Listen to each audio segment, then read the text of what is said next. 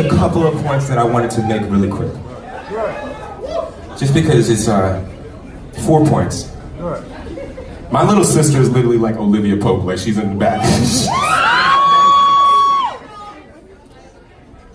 I was bruised, but my ribs were not cracked. They were not broken. I went to the doctor immediately. Frank Gatson drove me. I was not hospitalized. Both my doctors in LA and Chicago cleared me to perform, but said to take care, obviously. And above all, I fought the fuck back.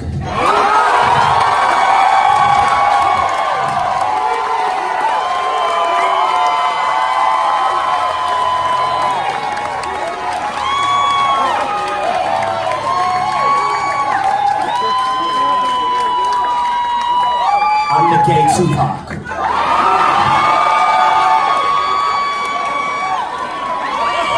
So now we can do our encore.